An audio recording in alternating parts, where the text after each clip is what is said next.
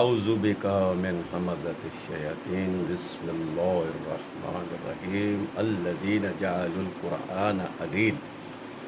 وہ لوگ جو اللہ کی اس کتاب القرآن کے کچھ حصے کو مانتے ہیں اور باقی کو چھوڑ دیتے ہیں، اللہ ان سے ضرور باز پرس کرے گا۔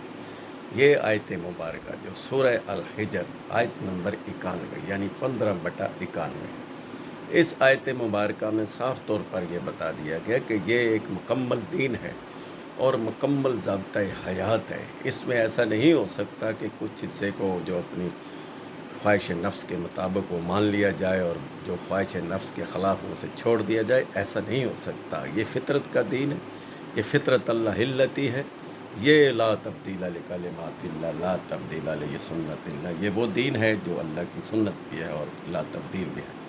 تو اس پر عمل کر کے ہی ہم دنیا اور آخرت میں کامیابی حاصل کر سکتے ہیں، یہی ایک مکمل دین ہے۔ اور اسی دین کے بارے میں اور اسی قرآن کے بارے میں ارشد قرآنی کا یہ جو چینل ہم نے یوٹیوب پہ کھولا ہے، اس کو آپ سبسکرائب کریں، دوسروں تک پہنچائیں۔ اس کے مقاصد صرف اور صرف یہ ہیں کہ لوگوں تک گھر گھر اللہ کا پیغام پہنچایا جائے۔ اللہ کا پیغام جب گھر گھر پہنچے گا اور لوگ اس کو کھول کے جب غور و فکر سے اردو ترجمے میں اپنی زبان میں پڑھیں گے تو ان کو کامیابیاں ملیں گی، اور اس پر اپنے گھروں میں اور باہر اپنی حکومتوں میں اور پھر پوری دنیا میں اس کو نافذ کرنا آسان ہوگا۔ اور جن قوموں نے اس کو حکومتی کتاب سمجھ لیا اس قرآن کو، وہ دنیا میں کامیاب ہیں، اور ہم دنیا اور آخرت دونوں میں کامیاب ہو سکتے ہیں اگر ہم اس قرآن کو اپنا اوڑھنا بچھونا بنا لیں اور گھروں میں خود تعلیم دیں اپنی اولادوں کو اس کی، اور دوسروں کو بھی اپنے ہمسائے میں، ارد گرد گلی محلے میں۔ یہ اصل میں کرنے والا ایک کام ہے اور مکمل ضابطۂ حیات لا ریب ایک مکمل دین ہے۔ الیوم اکملت لکم دینکم، یہ آخری خطبے میں بھی یہی کہا گیا، سورہ مائدہ کی آیت ہے کہ یہ دین مکمل دین دے کے گئے ہیں رسول اللہ، اس کے بعد کسی اور دین کی ضرورت نہیں ہے۔ پہلے والے تمام ادیان اور پہلے والی تمام چیزیں ختم کر کے یہ الکتاب ہمیں دی گئی ہے، یہ ایک مکمل دین ہے۔ اسی سورہ الحجر کی آیت نمبر 91 سے آگے چلیں، 92، 93، 94، 95، تو اللہ نے کہا کہ یہ مشرک لوگ ہیں جو اللہ کے دین میں ملاوٹ کرتے ہیں، کچھ حصے کو ماننا اور کچھ حصے کو نہ ماننا، یہ مشرکوں کا کام ہے۔ مسلم تو اس کو مکمل ضابطۂ حیات مانتے ہیں اور اس کو مکمل اس کو اپنی زندگی میں اور اس کو گارنٹی سمجھتے ہیں، اور اس پر عمل کر کے ہی دنیا اور آخرت میں کامیابی حاصل ہو سکتی ہے۔ یہ مشرکوں کا کام ہے جو کچھ چیز مانے اور کچھ نہ مانے اور اس میں ملاوٹ کرے۔ تو اللہ نے ان سب کو تنبیہ کی کہ میں حساب ضرور لوں گا اور آپ سے باز پرس کروں گا دنیا میں بھی اور آخرت میں بھی کہ میرے اس ضابطۂ حیات کو کیوں چھوڑ رکھا تھا۔ اور رسول اللہ بھی فریاد کریں گے کہ یا رب قومی اتخذوا ھذا القرآن مہجورا، کہ اس قرآن کو میری امت نے چھوڑ رکھا تھا، تو ناکامی اس کو چھوڑ دینا ہے اور کامیابی اس کو اپنا لینا ہے۔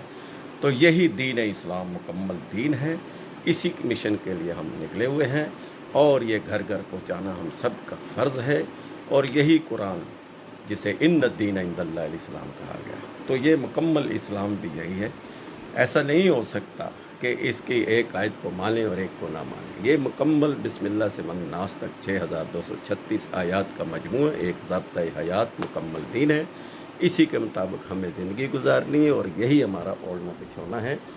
اور آپ دیکھ سکتے ہیں کہ گھوم پھر کر کے جن جن قوموں نے اس کو عمل کیا، اس کے ضابطے کے مطابق، کچھ لوگوں نے اس کو عمر لا کا نام دیا اور کامیابی حاصل کی۔ کسی بھی ذریعے سے کامیابی حاصل کی جا سکتی ہے، بشرطے کہ یہ ہماری زندگیوں میں شامل ہو، ہمارے قوانین میں شامل ہو۔